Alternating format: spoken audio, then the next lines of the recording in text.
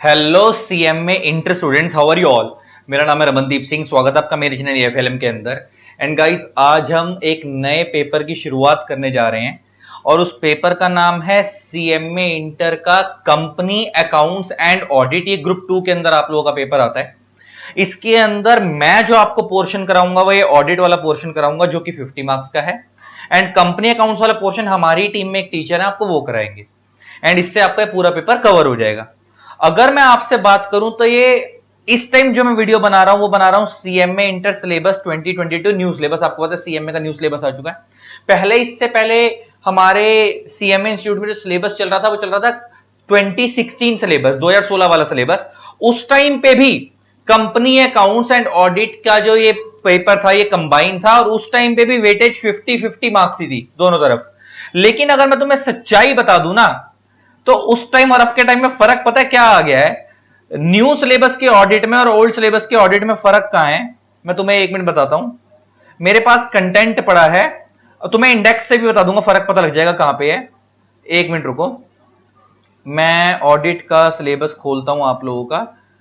ये देखो, old syllabus का जो ऑडिट था उसके अंदर हमने अपनी बुक में कितने चैप्टर्स रखे हुए थे? 7 चैप्टर्स रखे हुए थे। 1 मिनट रुको, ये क्या हुआ? ये देखो, ओल्ड सिलेबस जो था उसके अंदर हमारी बुक के अंदर कितने चैप्टर्स थे? 7 चैप्टर्स थे ऑडिट के। और अगर मैं आपको ऑडिट का इंडेक्स दिखा दूं तो उस टाइम पे टोटल में हमारी बुक के अंदर कितने पेजेस थे? 197 पेजेस थे। अगर और ये वेटेज कितनी थी? 50 मार्क्स। अब मैं अगर आपको न्यू सिलेबस का ऑडिट दिखाऊं, ये हमारी नई बुक है, इसके अंदर चैप्टर पहली बात तो 7 की जगह 10 है। 10 दिख रहे हैं ना, ये 10 चैप्टर है। और अगर मैं आपसे इसके अंदर कंटेंट की बात करूं, पेजेस की, तो कितने हैं? 271। तो मोटा मोटा 80 पेजेस का डिफरेंस है। 3 चैप्टर बढ़ गए तो उसका नया कंटेंट आ गया। अच्छा, हो सकता है तुम्हारे स्टडी मैट में ना उसको स्टडी नोट की तरह से डाल रखा होता है, मैंने उसको बुक में चैप्टर की फॉर्म में बनाया होता है। तो हमारी बुक के हिसाब से अगर क्योंकि कंटेंट पूरा कवर है, अगर आप एक बार हमारी बुक कर लोगे तो आपको अलग से कुछ नहीं करना होता, उससे बाहर पेपर नहीं आता। तो अगर मैं कंटेंट के हिसाब से बात करूं तो 80 पेजेस का कंटेंट जो है वो बढ़ गया है आप लोगों के कोर्स में। लेकिन वेटेज आज भी कितनी है? 50 मार्क्स। वेटेज आज भी कितनी है? 50 मार्क्स। तो 50 मार्क्स के लिए मेहनत ज्यादा करनी पड़ेगी, नंबर उतने ही मिलेंगे। और सच्चाई है कि हम टीचरों को फीस भी उतनी ही मिलेगी। मैं सोच रहा था इस सब्जेक्ट की फीस नए सिलेबस में बढ़ा दूंगा, लेकिन बच्चा कंटेंट वाइज नहीं देखेगा ना, बच्चा देखेगा कि यार वेटेज तो 50 मार्क्स ही है। तो ठीक है, कोई बात नहीं, समाज सेवा करेंगे। ओ, तो अब मैं तुम्हारे लोगों से बात करूं तो सीएमए इंटर न्यू सिलेबस 2022 की मैंने बात कर रहे थे हम लोग। तो अब शुरुआत करते हैं, मैं तुम्हारे को पढ़ाऊंगा ऑडिट। तो अब हम पहला शुरुआत ऑडिट से ही करते हैं कि ऑडिट क्या होता है वगैरह वगैरह। फिर कौन करता है इसके बारे में बाद में बात करेंगे, क्योंकि हमारा सब्जेक्ट का नाम है ऑडिट। कितने मार्क्स की वेटेज रखता है? ये 50 मार्क्स की। ये चीज का प्रॉमिस मेरा है कि अगर एक बार आप ये मेरी सारी वीडियोस ढंग से कर लोगे और मेरे लेक्चर्स ढंग से कर लोगे तो आपको अलग से कुछ नहीं करना, उससे बाहर पेपर नहीं आता। तो हम पहले ऑडिट शब्द पे ही जिक्र कर लेते हैं कि ऑडिट होता क्या है। देखो, ऑडिट जो है, तुम लोगों ने कई बार सुना होगा सीए ऑडिट करता है ना? सीए का ही नाम सुना होगा कि ऑडिट सीए करता है। आज हम ये भी बात करेंगे क्या खाली सीए ही ऑडिट करता है या बाकी प्रोफेशनल सीएस सीएमए ये लोग भी ऑडिट कर सकते हैं, हम उसके बारे में भी बात करेंगे। लेकिन पहले हम बात करते हैं ऑडिट क्या है। तो ऑडिट का ना एक सिंपल सा अगर मैं तुम्हारे को मतलब बताऊं तो उसका मतलब होता है किसी चीज को चेकिंग करना, किसी चीज की इन्वेस्टिगेशन करना कि ये सब चीज सही है या नहीं है, या किसी चीज की वेरिफिकेशन करना कि ये चीज सही है या नहीं है। एक ही चीज के अलग अलग नाम है, आप कुछ भी बोल लो ये ऑडिट है। एक छोटा सा एग्जांपल देके समझाता हूं, तुम्हें समझ आ जाएगा ऑडिट क्या होता है। मान लो एक मदर है, एक पर्सन है मिस्टर एस, ये इसका सन है। ये कौन है? सन। मम्मी ने बेटे को 1000 रुपए दिए और बोला कि एक काम कर, मार्केट से जाकर ग्रोसरी परचेज कर ला, ग्रोसरीज की शॉपिंग कर ला। अब ग्रोसरी के अंदर बहुत कुछ आ जाता है, खाने पीने का, राशन की आइटम, वेजिटेबल्स वगैरह, बहुत कुछ मंगवाया उससे। अब मम्मी ने कहा कि जब जाएगा ना तो सारा सामान लेके आइयो प्रॉपर तरीके से, और जो पैसे बच जाएंगे तो मेरे को वापस कर दियो। अब ये सामान वान लेने गया, अब ये सामान लेकर वापस आया तो इसने मम्मी को बोला कि मम्मी सारा सामान आ गया है, 965 रुपए का बिल बना था, 35 रुपीज बैलेंस बचा है, 35 रुपीज क्या बचा है, बैलेंस, ये आप रख लो। ये आप उसने अपनी मम्मी को क्या कर दिए, रिटर्न कर दिए। तो मम्मी से 1000 रुपए लेके गया था सब्जी वब्जी लेने, ग्रोसरी वगैरह लेने, घर का राशन वाशन लेने, और 1000 में से कितने पैसे बचे उसके पास, 35 रुपए बचे, 965 रुपीज उसने स्पेंड कर दिए। मम्मी कहती हैं एक बात बता, 965 रुपीज का सामान जो लेकर आया है उसका बिल बना है ना, वो बिल दिखा। अब मम्मी क्या कर रही है, टैली कर रही है। क्या टैली कर रही है कि ये जो सामान लेकर आया है, सब्जी मान लो उसमें वेजिटेबल 100 रुपए है ना, दाल 200 रुपए, राइस 150 रुपए, तो मम्मी टैली कर रही है, उसको मिला रही है कि भाई जो चीजें वो लेकर आया है और उसने 965 का बिल मेरे को बोला है कितना लगा है, क्या वो उतने का ही लगा है, क्या वो बिल में जो आइटम दिख रही है क्या वो आइटम उनके पास एक्चुअल में आई है नहीं आई है, और उनकी प्राइस से कैलकुलेशन लगा रही है कि इतना पैसा लगा भी है। कहीं ऐसा तो नहीं कि पैसे लगे 900 रुपए, बाकी 65 इसने अपनी जेब में रख लिया, पैसे लगे 800, बाकी के पैसे इसने अपनी जेब में रख लिए। मम्मी मिला रही है, क्योंकि मम्मी चीजें चेक कर रही है कि भाई इतने का सामान आया, ये इतने का आया, आपस में चीजें मिला रही है, माल से बिल को चेक कर रही है, दैट इज ऑडिट। वो चेकिंग ही तो कर रही है। ये छोटे लेवल का ऑडिट है। ये घर पे मम्मी देख रही है कि भाई ये जो इतने इतने का तो सामान लेके आया, ये इतने का है भी या नहीं, है ना, और मम्मी आसपास अंदाजा तो होता ही मम्मी को चीज इतने की आती नहीं आती, और ये टोटलिंग है वो सही है या नहीं है, कहीं ऐसा तो नहीं कि इसने बिलिंग ओवर करवा दी हो, दुकानदार को बोल दियो कि बिल ज्यादा का बना दे लेकिन एक्चुअल में बिल कम का होना चाहिए था। वो सारी चीजें मम्मी मिला रही है और चेक करके बता रही है कि ये सब ओके है या नहीं है। तो दैट इज ऑडिट। वो भी एक ऑडिट ही है, वो भी क्या है, अपने आप में एक ऑडिट ही है, लेकिन वो एक हमारी भाषा में ऑडिट है। सेम इसी तरीके से कंपनीज का ऑडिट किया जाता है, फाइनेंशियल स्टेटमेंट्स का। अभी मैं बात करूंगा, ऑडिट तो वैसे कई चीजों का होता है, लेकिन अभी मैं एक सिंपल सी बात करूंगा। सेम इसी तरीके से ऑडिट किया जाता है कंपनीज का, और वो किस चीज का ऑडिट किया जाता है, फाइनेंशियल स्टेटमेंट्स का। अच्छा, जब हम बोले फाइनेंशियल स्टेटमेंट्स, तो फाइनेंशियल स्टेटमेंट के अंदर बैलेंस शीट भी आती है, प्रॉफिट एंड लॉस अकाउंट भी आता है, कैश फ्लो स्टेटमेंट भी आती है ना, बहुत सारी चीजें आती हैं, statement of changes in equity आती है, एटसेट्रा। अभी तो आप इतना मोटा मोटा मानो, ये सब चीजें आती हैं। अभी जब बैलेंस शीट, पीएनएल अकाउंट वगैरह बनता है, तो ऑडिटर जाकर पता क्या चेक करता है, ऑडिटर क्या करता है, बुक्स ऑफ अकाउंट्स को, जो कंपनी के बुक्स ऑफ अकाउंट्स होते हैं उसको मैच करता है किससे, फाइनेंशियल स्टेटमेंट से, वेरीफाई करता है। एग्जांपल लेके बताता हूं, सुनना पड़ेगा। अच्छा, डिफरेंस बिटवीन क्या है, बुक्स ऑफ अकाउंट्स और फाइनेंशियल स्टेटमेंट में फर्क क्या होता है। बुक्स ऑफ अकाउंट्स के अंदर क्या क्या आता है, ledgers, journals, cash book, sale book, ये सब क्या है, बुक्स ऑफ अकाउंट्स हैं। इनके बेसिस पे क्या बनाई जाती हैं, फाइनेंशियल स्टेटमेंट बनाई जाती है, इन्हीं के बेसिस पे बनती हैं।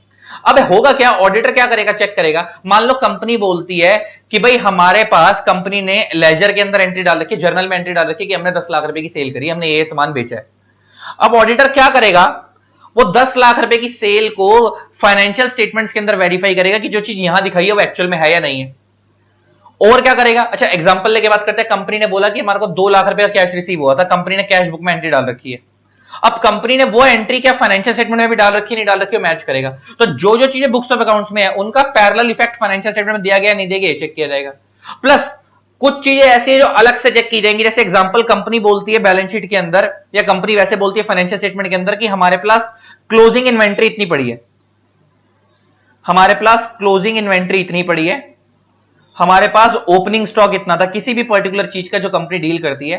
कंपनी ने बोला जी हमारा ओपनिंग स्टॉक इतना था और हमारे पास क्लोजिंग इन्वेंट्री में मान लो 800 यूनिट बची हैं। अब कंपनी ने वो 800 यूनिट अपनी फाइनेंशियल स्टेटमेंट में दिखा रखी हैं। अब ऑडिटर जाकर फिजिकल प्रेमाइसिस में चेक कर सकता है कि वो 800 यूनिट पड़ी भी है या नहीं पड़ी है, क्या ये हवा में ही बातें बोल रहे हैं। ये जो इन्होंने कागजों पे दिखाया कि हमारे पास इस चीज की 800 यूनिट पड़ी, क्या वो एक्चुअल में है भी या नहीं। तो ये जो चीज मिला रहा है, बुक्स ऑफ अकाउंट्स को बैलेंस शीट से चेक कर रहा है कि जो एंट्री यहां दिखाई है वो बैलेंस शीट में है या नहीं है, प्लस जो चीज बैलेंस शीट में दिखाई है क्या वो चीज उनके पास एक्चुअल में है या नहीं है। ये सारी चीज अपने आप में क्या है, ऑडिट। ये सारी चीज अपने आप में क्या है, ऑडिट। की हम चीजों को चेक कर रहे हैं कि सब चीजें ओके है या नहीं। तो आई होप आपको ऑडिट शब्द का मतलब क्लियर हुआ होगा। तो ले देखिए सीधी सी भाषा में, जो चीज एक कंपनी ट्रांजैक्शन दिखा रही है कि ये हुई है, क्या वो ट्रांजैक्शन एक्चुअल में हुई है या नहीं हुई है, और जो हुई है तो वो एज पर लीगली हुई है नहीं हुई है, इलीगल तरीके से, यही चेक करने को हम बोलते हैं ऑडिट।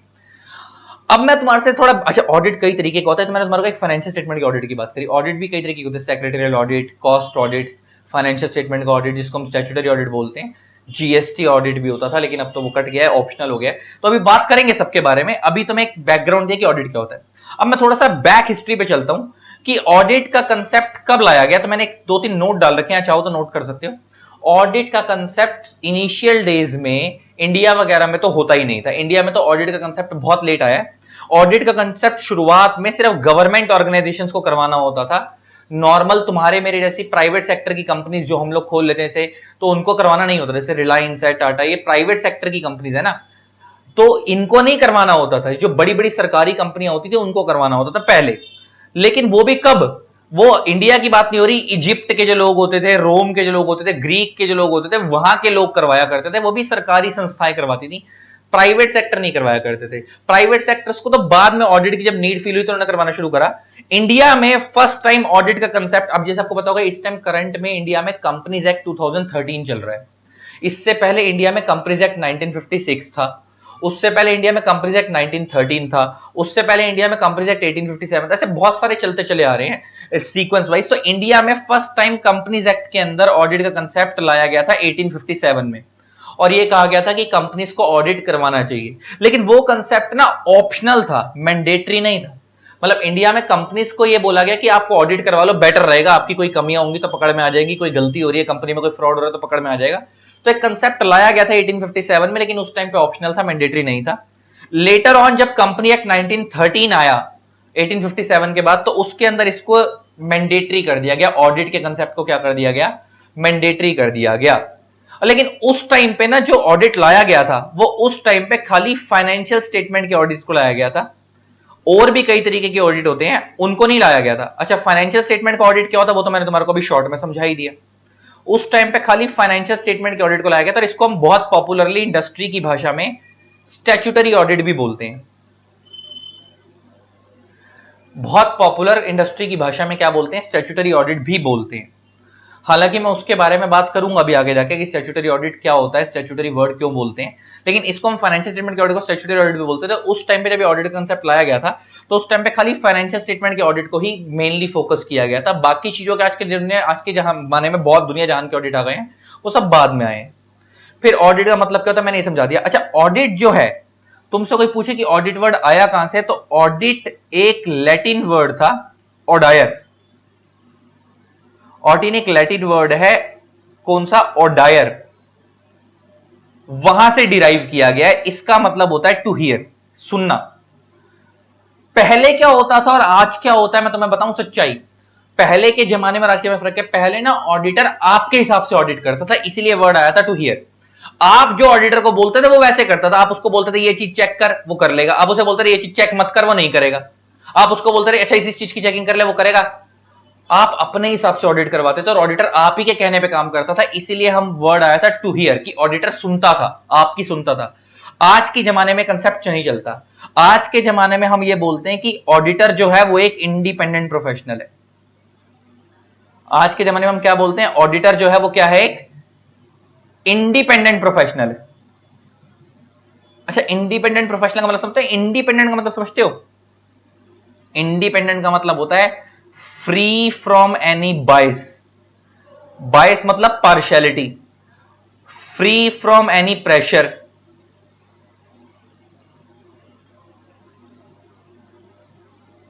एटसेट्रा। मतलब ऑडिटर आज के जमाने में इंडिपेंडेंट है। आज के जमाने में क्या है कि ऑडिट करते वक्त कंपनी लॉ के अंदर क्राइटेरिया बताया हुआ है कि जब आप किसी कंपनी का ऑडिट करोगे तो आपको ये चीजें चेक करनी है, तो वो करनी ही है जो बताई गई हैं। अब ऑडिटर आपके कहने पे नहीं करेगा, अच्छा कंपनी बोल रही है यार ये वाली चीज चेक कर ले, इसमें हमने फ्रॉड नहीं किया, ये वाली मत कर, इसने हमने फ्रॉड कर रखा है। ना जी ना। अब आज के में ऑडिटर इंडिपेंडेंट है। वो कहता है भाई मैं तेरी नहीं सुनूंगा, मैं तो लॉ के द्वारा ऑडिटर को अपॉइंट कराना मैंडेटरी है, मैं कंपनी लॉ के अकॉर्डिंग ऑडिट करूंगा और मैं तेरी नहीं सुनूंगा। मैं अपने हिसाब से जो लॉ बोल रहा है मैं उसके अकॉर्डिंग ऑडिट करूंगा। तो फ्री फ्रॉम एनी बायस का मतलब है कि ऑडिटर ये नहीं कि जिस कंपनी को ऑडिट करने के वो उनके रिश्तेदार है तो वो मजे से ओके ओके रिपोर्ट बनाकर आ रहा है कि नहीं सब ओके है, या वो कोई बड़े गुंडे हैं, वो जो कंपनी वाले बदमाश हैं और उनके दबाव में आकर ऑडिट की रिपोर्ट बनाकर आ रहा है। अगर वो ऐसी कोई भी हरकत करेगा और वो ऑडिट रिपोर्ट गलत बनाता है और बाद में पकड़ा गया, दबाव में आकर उसने रिपोर्ट बनाई थी या किसी का फेवर करके बायसनेस करके रिपोर्ट बनाई थी, तो उसके ऊपर एक्शन हो जाएगा। इसीलिए कहते हैं कि ऑडिटर आज की डेट में इंडिपेंडेंट प्रोफेशनल है, वो अब आपकी नहीं सुनता। तो वो ओडायर वाला कंसेप्ट आज नहीं चलता। आज के टाइम में अपने हिसाब से ऑडिट करता है, जो लॉ बोलता है वो उसके अकॉर्डिंग करता है, वो आपके कहने पे नहीं चलेगा। आपने बोला अच्छा आपने ये काम अच्छे करें, ये चेक करवा लिया, ये काम बुरे करें, वो दिखाई नहीं ऑडिटर को या उससे सेटिंग कर ली कि तू इन चीजों को चेक ही मत कर, ऐसा नहीं होगा, ऐसा नहीं होगा। बात समझ आ रही है? तो ऑडिटर क्या करता क्या नहीं करता, आपको कहानी समझ आ गई। और आज के दिन में ऑडिटर वाला कंसेप्ट क्यों नहीं चलता, क्योंकि आज के दिन में ऑडिटर को हम इंडिपेंडेंट प्रोफेशनल मानते हैं। अब आगे बढ़ते हैं। आई होप आपको ऑडिट क्या होता है ये समझ आ गया है ना। ऑडिट शब्द कब मैंडेटरी किया गया इंडिया में ये भी समझ आ गया। अब आगे बढ़ते हैं, कहां से डिराइव हुआ ऑडिट वर्ड ये समझ आ गया। अब और कहानी को बढ़ाते हैं, मजा आएगा, यू विल लव इट, देखना। अच्छा, अभी तुमने मेरे मुंह से जितनी बातें सुनी है, तुम्हारे को इसको सुनकर क्या लगता है कि एक क्वेश्चन आता है मन में कि किसी ऑडिटर का ऑब्जेक्टिव क्या होता होगा, कि उसको क्या चेक करना चाहिए, ले दे के उसका ऑब्जेक्टिव क्या है। जब वो ऑडिट करता है तो उसका मन में क्या ऑब्जेक्टिव है, वो क्या चीजें चेक करने जा रहा है, उसका मेन काम क्या है। क्या आपको यह लगता होगा जो अभी मैं बताने वाला हूं, क्या यही होता होगा, to detect error and frauds. मतलब ले दे के जब हम ये चीजें चेक कर रहे हैं, अगर हमने आप ऊपर देखा हो तो हम क्या चेक कर रहे थे कि financial statements, books of account के अंदर जो कंपनी ने दिखाया है क्या वो बैलेंस शीट से मैच कर रहा है, नहीं कर रहा, नहीं कर रहा तो मतलब कोई एरर है। तो इसका क्या हम एरर ही चेक कर रहे थे, क्या हम ये चेक कर रहे थे कि फ्रॉड है या नहीं है, क्या हम ये सब तो चेक कर रहे थे। हम ये करते हैं, लेकिन ऑडिटर का ये मेन ऑब्जेक्टिव नहीं होता, ऑडिटर का ये मेन ऑब्जेक्टिव नहीं होता। अभी बताता हूं ऑडिटर का ऑब्जेक्टिव क्या है, बड़े ध्यान से सुनना। ये ऑब्जेक्टिव होता है लेकिन ये मेन नहीं होता। हम ना ऑडिटर के ऑब्जेक्टिव को, पेपर में क्वेश्चन आता है कई बार, दो कैटेगरी में डिवाइड कर देते हैं। एक है प्राइमरी ऑब्जेक्टिव,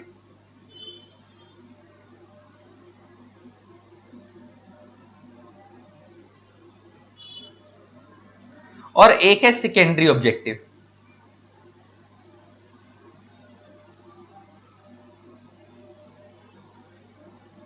ठीक है जी।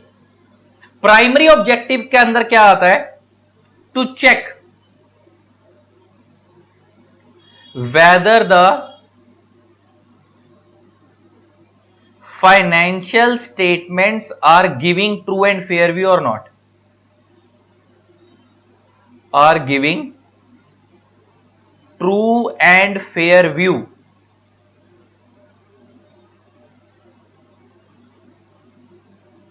और नॉट।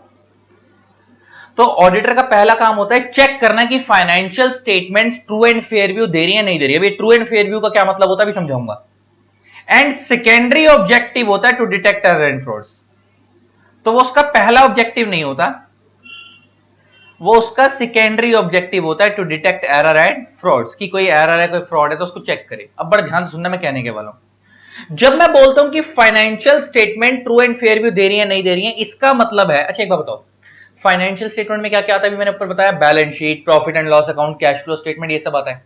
ये सब आप लोगों को याद होगा, फाइनेंशियल स्टेटमेंट जो बनती है वो कंपनी एक्ट में शेड्यूल 3 दिया हुआ है। आप लोग बनाते हो ना बैलेंस शीट, शेड्यूल 3 के अकॉर्डिंग बनाते हो, आपको अकाउंट्स वाले टीचर सिखाते हैं। तो इसका लिए सब कंपनी एक्ट के अकॉर्डिंग बनती है। डेप्रिसिएशन जो चार्ज किया जाता है, जो हम बैलेंस शीट के अंदर जो डेप्रिसिएशन चार्ज करते हैं एसेट्स के ऊपर, वो शेड्यूल 2 के अकॉर्डिंग चार्ज किया जाता है कंपनी लॉ के।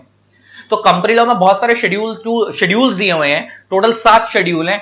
तो उनमें से बहुत सारे शेड्यूल 2, शेड्यूल 3, ये सब फाइनेंशियल स्टेटमेंट्स में काम आते हैं। फाइनेंशियल स्टेटमेंट्स बनानी कैसे है, वो सेक्शन 129 के अंदर लिखा हुआ है कंपनी लॉ के। इसका मतलब ये है क्योंकि कंपनीज के ऊपर कंपनी के लिए फाइनेंशियल स्टेटमेंट बन रही है, तो वो सब बनेंगी कैसे, कौन से शेड्यूल्स फॉलो होंगे, वो सब कहां लिखा हुआ है, कंपनी लॉ के अंदर ही लिखा हुआ है।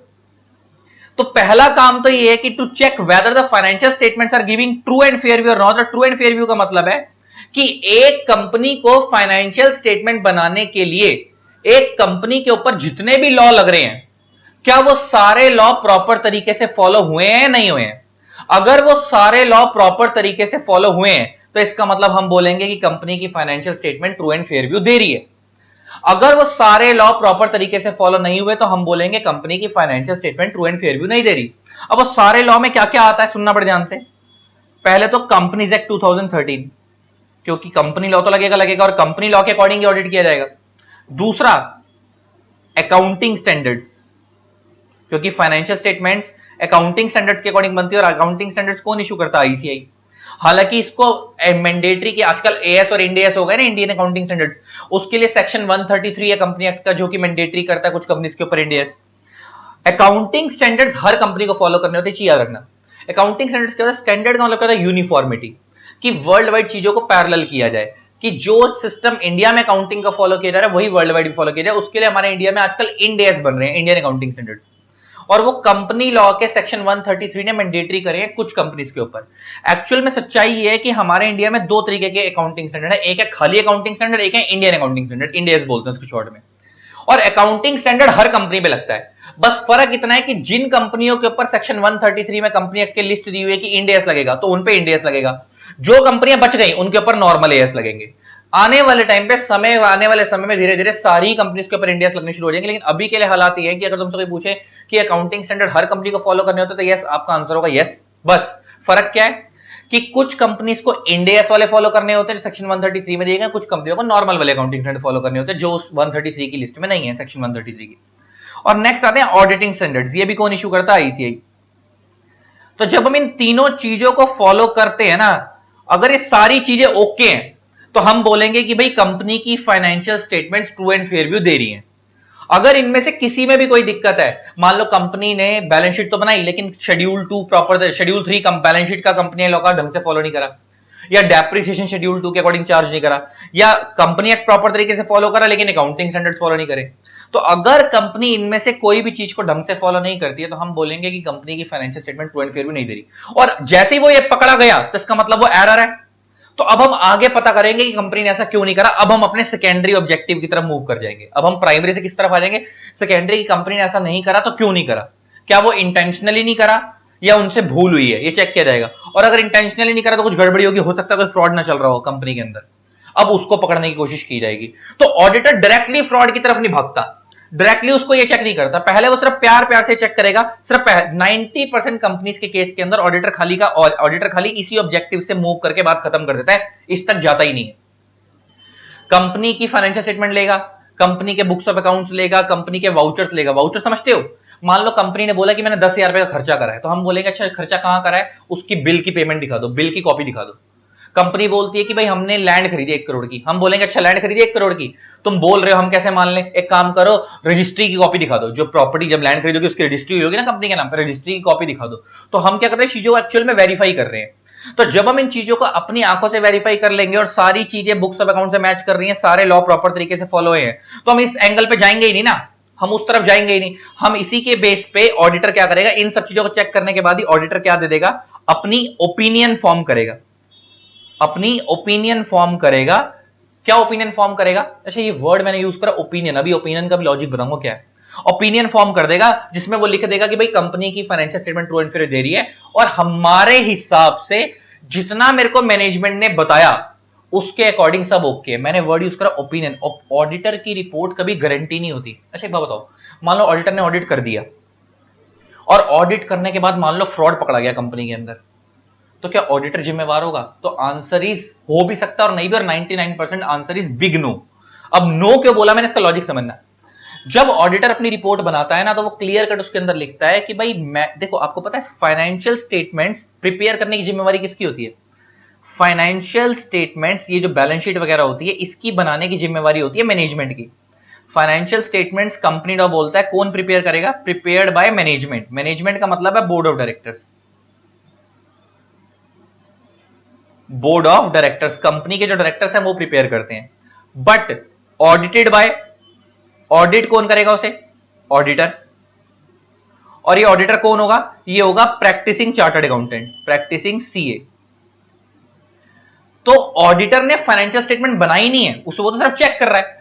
तो होगा पता है क्या, जब ऑडिटर ऑडिट करेगा तो वो क्लियर कट अपनी ऑडिट रिपोर्ट जब वो बनाएगा तो उसमें बोल देता है कि भाई मैं जो ऑडिट कर रहा हूं, जितना मेरे को मैनेजमेंट ने पेश करा और जितना मेरे को पेश किया गया वो सब ओके था, और मैंने अपने लॉ के अकॉर्डिंग जो जो मेरे पॉइंट बन सकते थे वो अपने एंगल से जितना मेरे को पेश करा मैंने चेक कर लिए और उसके हिसाब से रिपोर्ट ओके है। लेकिन अगर उसके बाद भी फ्रॉड पकड़ा गया और कल को अगर ऑडिटर ये प्रूव कर दे कि मैंने इनसे चीज मांगी थी, इन्होंने मेरे को दी नहीं थी, या कल को अगर ऑडिटर ये प्रूव कर दे कि इन्होंने मेरे को चीज मेरी नजरों में डाली नहीं, इनको बतानी चाहिए थी। अगर ऑडिटर अपने आप को इनोसेंट प्रूव कर देगा तो ऑडिटर बच जाएगा, ऑडिटर की कोई जिम्मेवारी नहीं होती, क्योंकि ऑडिटर की रिपोर्ट कभी गारंटी नहीं होती कि कंपनी में फ्रॉड नहीं होगा।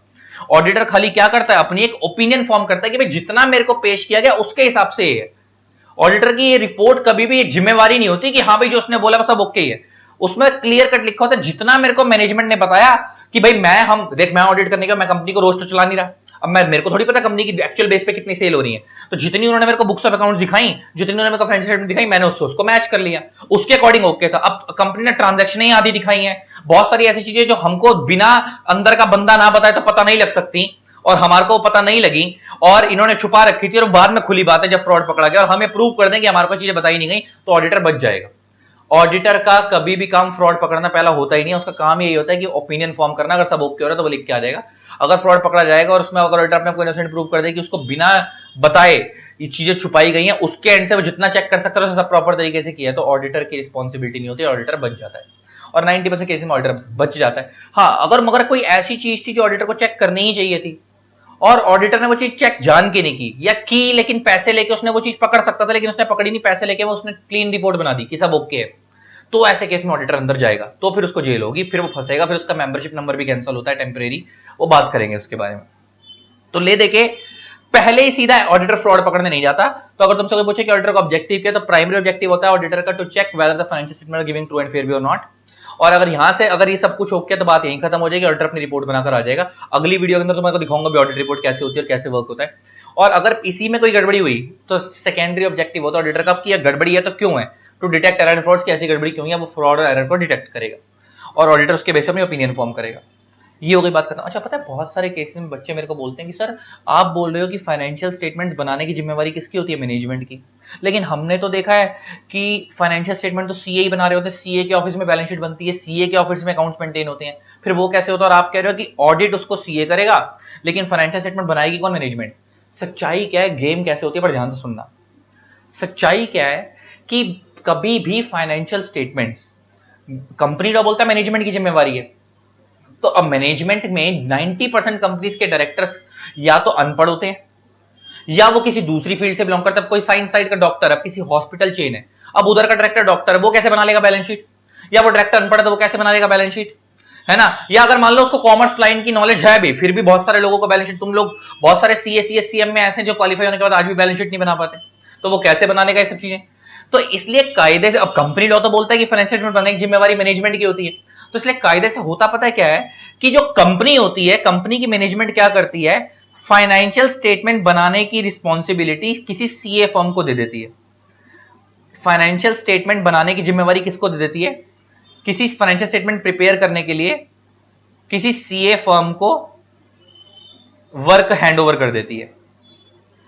अब जो अच्छा, और हैंडओवर कर दिया, अब जब ये फाइनेंशियल स्टेटमेंट रेडी हो जाएंगी ना, तो उस फाइनेंशियल स्टेटमेंट पे दोनों डायरेक्टर्स के, कंपनी के दो डायरेक्टर्स के साइन करवाए जाते हैं।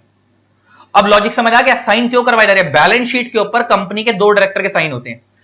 क्यों साइन करवाए जा रहे हैं बैलेंस शीट पे, ताकि वो जिम्मेवारी ले रहे हैं कि भाई इस बैलेंस शीट में जो भी लिखा है सब ओके, तभी वो साइन मार रहे हैं उसके ऊपर।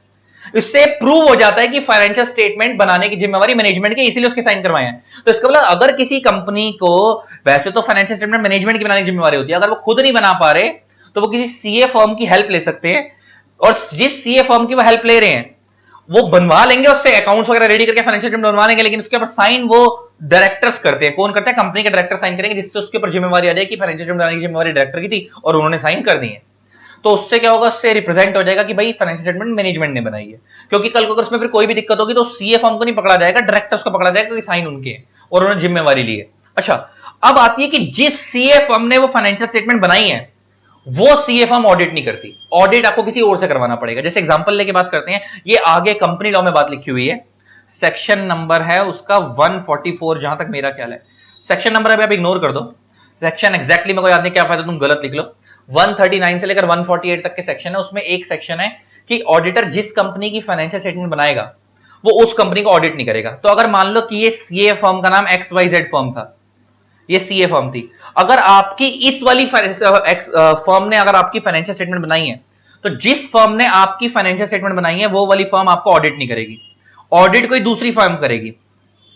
तो मान लो ये कंपनी लॉ ही बोलता है, तो इसका मतलब मान लो एक एबीसी फर्म है, वो भी सीए फर्म है, तो ऑडिट आप इससे करवाओगे।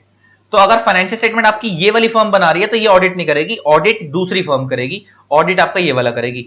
अगर फाइनेंशियल स्टेटमेंट ये प्रिपेयर कर रहे हैं तो ऑडिट कोई दूसरी फर्म करेगी, सेम फर्म नहीं करेगी। उसका लॉजिक बताता हूं क्यों। अच्छा, तुम अपनी गलती खुद निकाल लोगे, तुमने क्या काम करा, तुम्हारी गलती तुम खुद पकड़ लोगे, तुम पकड़ना ही नहीं चाहोगे, तुम्हें तो लगेगा सब सही है, आपकी गलती को दूसरा पकड़ पाएगा।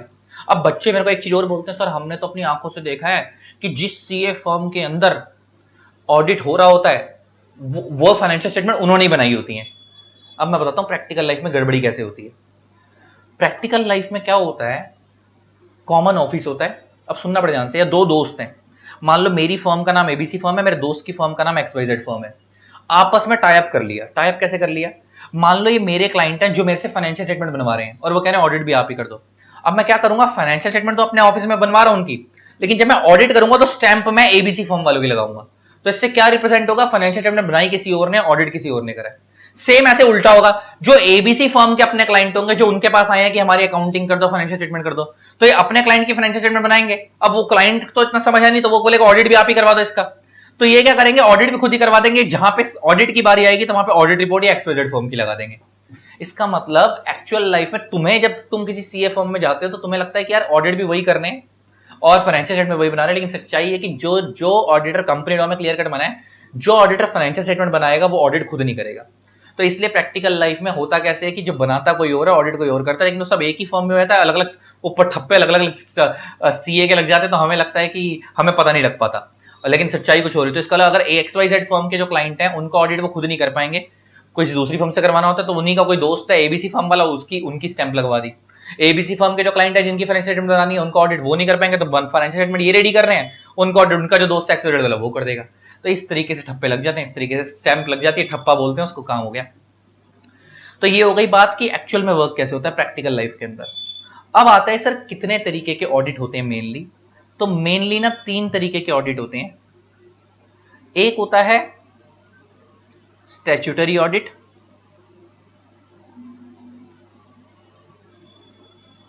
एक होता है सेक्रेटेरियल ऑडिट,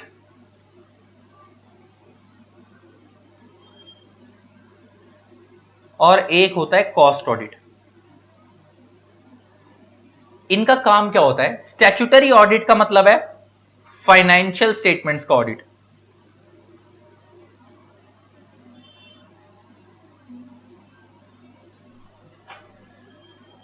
स्टैट्यूटरी ऑडिट का मतलब क्या, फाइनेंशियल स्टेटमेंट्स का ऑडिट। सेक्रेटेरियल ऑडिट का मतलब है कंप्लायंस ऑडिट।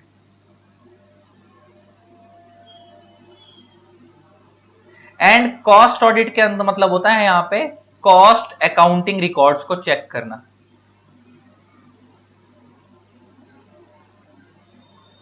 चेक करना। अब सुनना पड़े ध्यान से। अच्छा, ये जो स्टैट्यूटरी ऑडिट है ये कौन करता है, by practicing CA, chartered accountant. ये जो सेक्रेटेरियल ऑडिट है ये कौन करता है, by practising CS.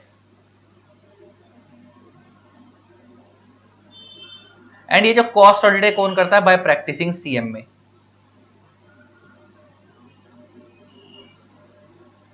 Practising CM में। तो 3 तरीके के मेन ऑडिट हैं, एक है स्टैट्यूटरी ऑडिट, एक है सेक्रेटरी ऑडिट, एक है कॉस्ट ऑडिट। तुम लोगों को ना ज्यादातर यही वाला ऑडिट पता है। अच्छा, फाइनेंशियल स्टेटमेंट का ऑडिट के अंदर हम क्या चेक करते हैं कि financial statement true and fair view दे रही है नहीं दे रही है। इसके अंदर फाइनेंशियल स्टेटमेंट ऑडिट में हम क्या चेक करते हैं, टू चेक कि financial statement true and fair view दे रही है नहीं दे रही है। इसके बारे में हम भी ऊपर पढ़ के आए हैं। Financial statement true and fair view कब देंगी, वेदर फाइनेंशियल स्टेटमेंट्स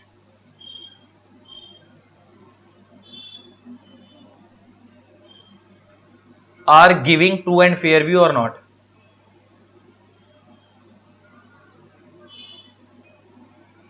और ये वाला ऑडिट कौन कर सकता है, खाली कौन कर सकता है, ओनली सीए।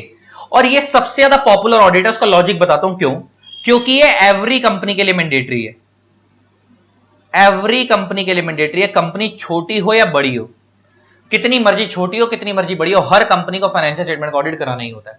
और ये खाली सीए कर सकता है। लेकिन ये जो सेक्रेटरियल ऑडिट है ये खाली सर्टेन क्लास ऑफ कंपनीज को करवाना होता है। वो आगे जाके जब हम लॉ पढ़ेंगे, audit as per company act पढ़ेंगे, तो उन पे उसके अंदर जाके पढ़ेंगे।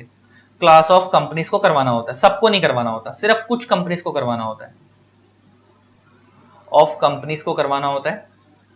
और ये जो कॉस्ट ऑडिट है ये भी सिर्फ सर्टेन क्लास ऑफ कंपनीज को करवाना होता है, हर किसी कंपनी को नहीं कराना होता। कौन सी कंपनीज को करवाना था वो आगे जाके हम बात करेंगे।